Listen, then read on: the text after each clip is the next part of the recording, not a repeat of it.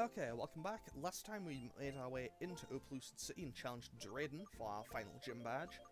And now I'm basically just going to buy a whole bunch of Pokeballs because we have a couple of encounters coming up. And then I will also need to go and catch some legendaries at some point in the somewhat near future. So I'm just going to stock up now. I might not need all of them, but you know what? It's better to have too much than too little here.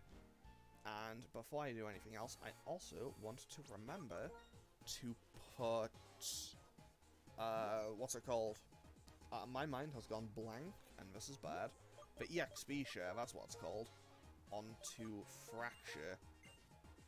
And then we can just head on through. Because we are going to get stopped almost immediately. We're going to get stopped almost immediately by this lady who will tell us about a storm. Hi trainer, do you have a minute? I just heard about this on the cross transceiver. There's a big storm on Route 7, and the storm seems to be different from a natural phenomenon. It's so strange. So, if you're playing Pokemon Black, that is Tornadus having appeared. If you're playing Pokemon White, that is Thunderous having appeared. Also, I want to dodge that girl at all costs, because I don't want to deal with fighting types if I can avoid it. Because, well, as you can see by looking at my team, 4 of my 6 Pokemon are currently weak to fighting. And, well, I don't really want to have to deal with that at the best of times, and I have a fighting type member of the Elite Four coming up, so that's genuinely kind of scary. Cheren and the Professor told me you're heading for Pokemon League, right? Since it's older, since it's the champion, it should, I think it'll be alright. But the worst case scenario is that you'll be battling Team Plasma's Boss N, and I need to know if you can handle it. So, this is the last fight with Cheren until the post-game. Like, if you're just doing a regular playthrough, this is the final fight with Cheren. And, well, honestly, him and his Route 3 team don't seem to understand one thing. That is that he is the 3rd line of defense. Maybe the 4th. Because it's like, if Aldar loses, I fight N. If I lose, he fights him. And then I guess all the gym leaders do, I guess. Okay, so what... Oh, please tell me I can break through this. Okay, I break through and land the Ice Beam. That is fantastic. Because that should one-shot. I'm working on the logic of if a Haxorus couldn't take an Ice Beam, there's no way. If a Haxorus didn't take one, there's no reasonable explanation as to why an Unpheasant should. Okay, that goes for Ring Out. That isn't exactly ideal. But if I can land a hit, that... Oh, perfect! Actually, break through. Can we kill in one hit, though? Superior can take a lot of damage. It can if we get a crit. That is fantastic. Okay, what's up next? Simipour. I'm going to play a very dangerous game here. If I hit myself in confusion, I think I die. Because Scald will do a lot. Actually, Scald could just kill outright. Okay, we live, as long as I don't hit myself in confusion. Okay, we get the Mirror Coat out. How much does this hit for? It hits for... not enough to kill, but enough to do... Like, not enough to kill, but enough to make him worry a bit. So I can swap out now. I don't think he heals. Wait, does Cheren heal? I don't think he does. Okay, he just goes for Scald again. As long as I don't get critted or burned, I think I'm good. Okay, that did 58, so I think I'm okay here. So I can go for a Dragon Claw here, and we should be good to go. Okay, we lived on 6. We didn't get burned. Not getting burned was the most important factor there. Because if we'd gotten burned there after living on 6, I was going to be livid. And now I don't think Liepard has Pursuit anymore. It shouldn't at this level, I don't think. So I think Ieyasu should be able to handle this. We got a safe switch out, a safe switch in, and we should be good to go. We quad resist the Night Slash, so a crit did basically nothing, and now we can just finish it off with a couple of Brick Breaks, and then we should be good to go. I was very, very concerned about that, to be honest. Because honestly, well, a lot of things could have gone wrong there, and I'm very glad that none of them did. Also, fun fact, if you come back and fight Cheren again in the post-game, his team is way stronger. And by that I mean, these 4 are the same, but he adds a Haxorus and a Gigalith. And the first time I played through this game, the first time I ever played through this game, I forgot what Haxorus was. and I didn't know what it was when he sent it out, so I thought it was a bug type, and yeah, I promptly got destroyed by the Haxorus for the first time I might ever played this game. Yep, you are something else, and I mean that sincerely. Right, what? Alright, now I have to make your Pokemon healthy. Thanks, Cheren, thanks for the help. Right now, there's no way I can compete with you. If there's anything I can do in the, if there's anything I can do in the battle with, if there's anything I can do to help in the battle with N, just say so. There's not much I can do to help you, but I want you to have these. Thanks. It's worthless. But I appreciate the sentiment. Still, it's kind of funny. Everyone's so different, funny, at a time like this. Come on, Cheren, could you just smile for once? Taking everything so seriously all the time isn't going to change anything. You know, since we've met our Pokemon and walked the same roads together, a lot's happened, and we've all changed a lot. We found out that the things we want to do and the things we can do are different for each of us, right? That's what made our journey so worth it. So, somehow, all this just makes me happy. Oh, so that's what you mean. You are right that we're all different and we should do the things that we can do. There's many truths and ideals as there are people in Pokemon. The most important things that we help one another out. That's why people in Pokemon are always by each other's side. That's what I've come to think lately. If anything happens to you or older, I'll do everything I can to help you. That's why I have to keep training and getting stronger. Just don't be reckless, okay? And then he runs off like a big hero. Well, he's gone. Me too, I'll do my best to help if I can. So, I wish I could say something, like, totally inspiring, you know? But, okay. Best foot forward! Thanks, Bianca. Wait. Hang on. Okay, you know what? That's accurate. He did put left foot forward. So you know what? That's fine. Right. Now what do I do?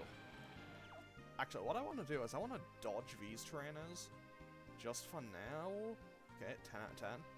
Because I want to see something, because I've never actually tested this before.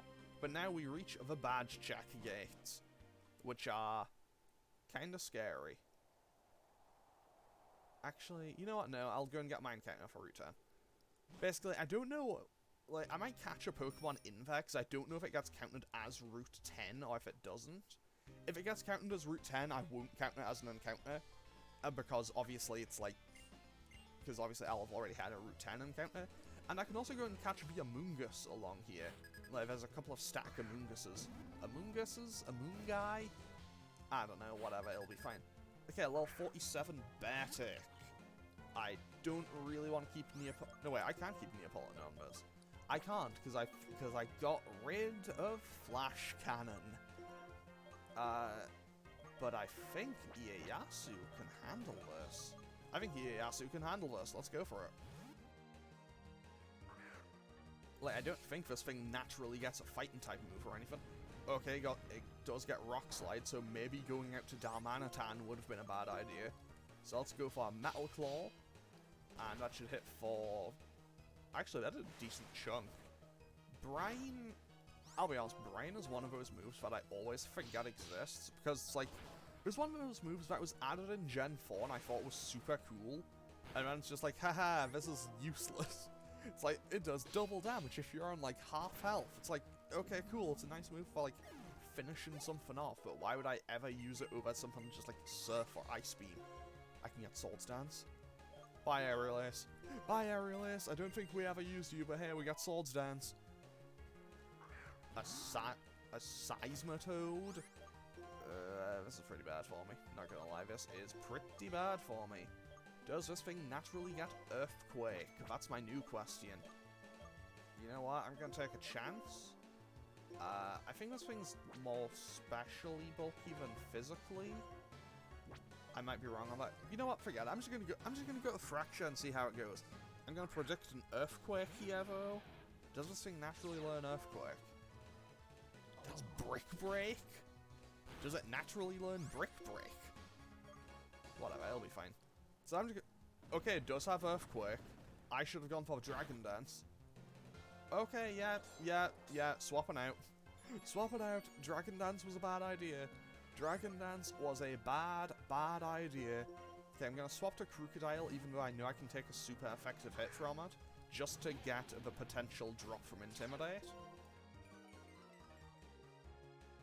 And of course, it swaps and uses Muddy Water. Of course, it makes the read. We take one, though, right? We take one. Our accuracy gets dropped, but that should be okay. Now I can swap to Neapolitan, and we should be okay. I think if I just land an Ice Beam or two, we should be safe. And then, well, of course he goes for Brick again. Why wouldn't he? Okay, I only did 40 damage on super effective, so that's perfectly fine. We outspeed. We land the Ice Beam. That was needlessly stressful. And we should be good to go unless it gets the accuracy drop, which it shouldn't. Okay, we're safe. We finish it off with another Ice Beam. Now, if this man sends out a fighting type right now, Okay, and a Scavalier. Perfect. I can handle that. Simple. It is now time for the Darmanitan show featuring punching. I don't know where that joke was going, so I just kind of cut it off at featuring punching. Okay, you know what? I think I outspeed, so I'm just gonna Flare Blitz, because that'll one-shot. Wait, can a Scavalier get sturdy? If it gets sturdy, I might have just killed my Darmanitan. It does not have sturdy. Okay, goodbye, Escavalier. You were momentarily a fear. Okay, so with that, we no longer have our fracture. We get a massive upgrade. So, completing another member of the team, who will now hit like an absolute train. I don't know where I was going with that figure of speech, but here we go anyway. Don't know what this slowdown is either, but it's happening. Either way, we now have a Haxorus. And this is very welcome, because Haxorus is ludicrously powerful. So let's have a quick look at Haxorus's new stats. Level 48, 158 attack. What is Haxorus? They allowed this.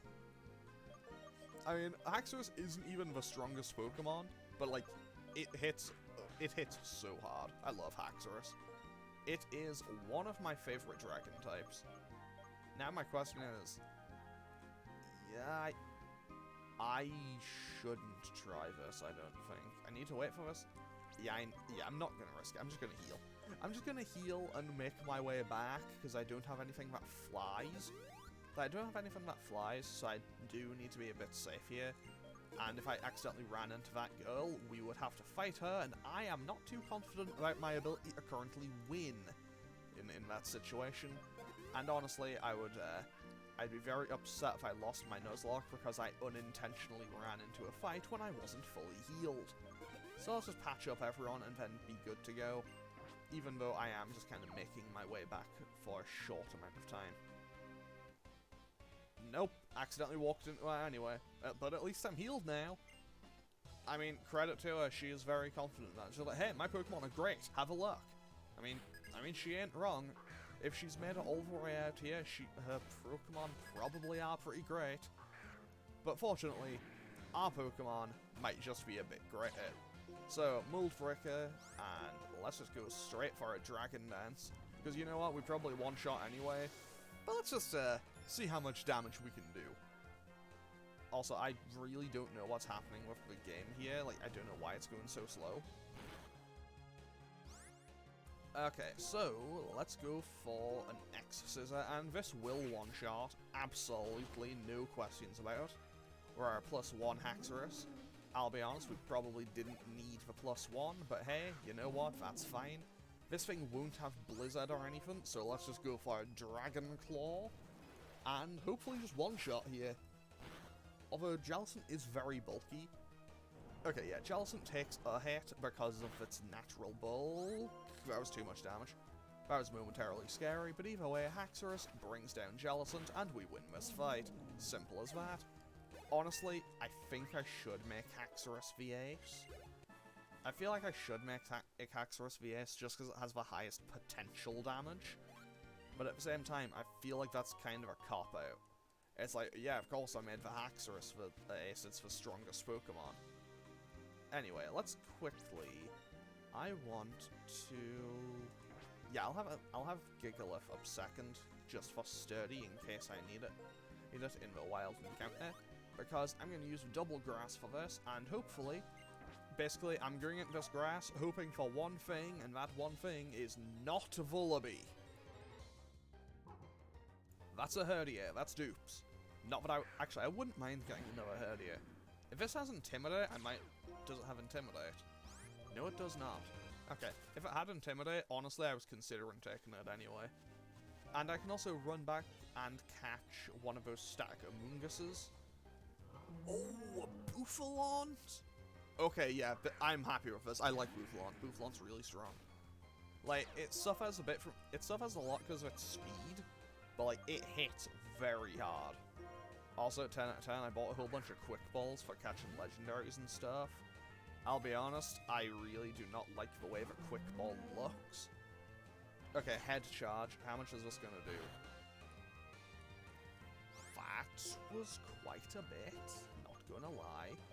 Okay, you know what? It's night now, so I should be able to... So let's try to catch this in a Dusk Ball. Okay, we got one. We got two. Do I see three? No. Of course. Okay, goes for Revenge. I think I do need to swap out here. That hits for not that much, but I think it's in, like, head charge kill range now. So I'll swap out, go to Crocodile. I'll swap out to Crocodile so I can get the Intimidate drop, and then swap to Gigalith for safety, I think. Okay, there's Revenge again. It's at -1, and I haven't hit it for anything, so it shouldn't do much. Okay, I think I'm okay from now on. And I don't really want to attack it, because I don't really have anything I can hit it with without knowing... Without, like, potentially putting it in danger or leaving myself open for the revenge kill. And that is a focus energy. That is potentially very scary. And I am not willing to Master Ball a Bouffalont. Like, I like the Pokemon, but I'm not willing to Master Ball a Bouffalont. Okay, it tries focus energy again. You know what, if it just wants to keep focus on its energy, that is fine by me.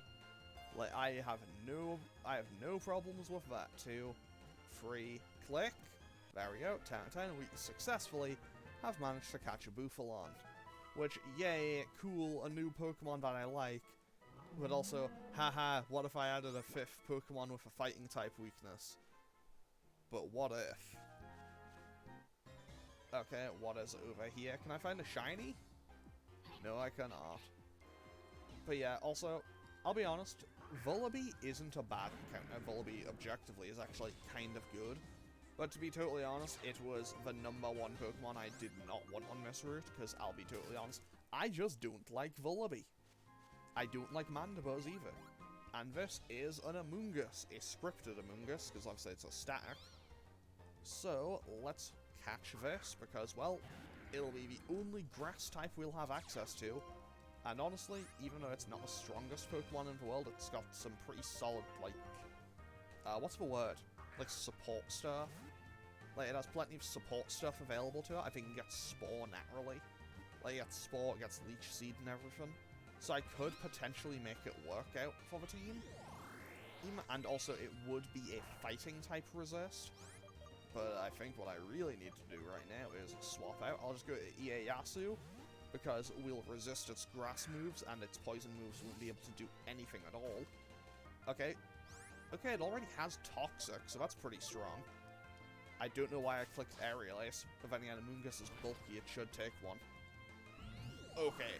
I know that I'm using an unevolved Pokemon. Okay, that explains it. I know I'm using an unevolved Pokemon, but Pawniard is not weak. It's not really weak by any means. So the fact that Amoonguss took that hit that well, I am very surprised. Okay, let's just throw an Ultra Ball and hopefully catch this Amoonguss.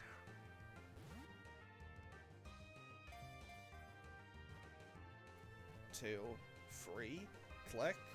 There we go. Okay, so that is an Amoonguss caught. And with that, I think that is actually our final encounter before Victory Road. But, I want to dodge this black belt, though. Like, I really don't want to have to fight this black belt if I can avoid it. Oh, that's what I should have done. I should have bought more super repels, because I'll have to go through caves to find the legendaries later. Okay, I can just use super repels and dodge these trainers for now, I think, though. Now the question is, which of these are Amoonguss and which ones aren't? This one was an Amoonguss. I mean, if any of them would like to be a shiny, that'd be welcome. I wouldn't mind a shiny. You know, not gonna complain about one of those, but also I'm just gonna run from all these because I've already had the one stack one that I'm allowed to catch. I will say though, I've played through these games many, many times. I've played a lot of Generation 5. I have seen a shiny Pokemon exactly twice in Gen 5. Sorry, in Black and White 1. I found a shiny... Oh, what was it? I found a shiny... I think it was a Roselia in Black and White 2 once. That's kind of cool. Also, 10 out of 10 managed to dodge that guy, and this is a TM, I think. It was not worth going all the way out of my way. It was not worth going all the way out of my way to get a TM for Raw. Not gonna lie. Okay, so let's dodge around here and check what our newly acquired Pokemon have before I scoop up some more. Well, before I go and buy more Super Repels to head into Victory Road with, because I think this one might be a slightly shorter episode, but we will be doing Victory Road next time. Because if I start it up now, it'll probably be an hour-long episode, and that might be a bit of a hassle, so yeah, I'm probably gonna make this one a bit shorter, probably. So, let's just go check out our new Pokemon and have a little bit of a shorter one today, and then Victory Road might be a little on the longer side tomorrow. Okay, so, Calm Nature, that's terrible. Calm is minus attack plus special defense. That is about as bad as it could have possibly been.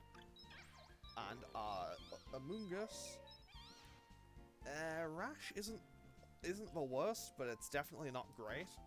I guess it gives it a bit more of an offensive option.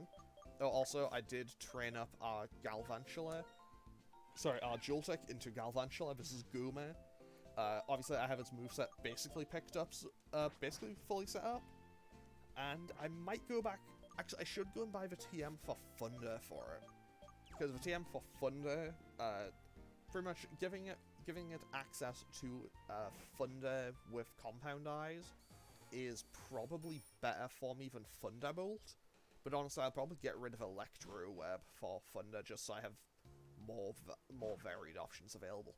But it doesn't get Bug Buzz until level 60, and I don't have access to Giga Drain, so that's why its moveset is what it is. I'm also kind of thinking that I maybe should have kept Sucker Punch on it, just for the general usage of Sucker Punch, because that move is very helpful.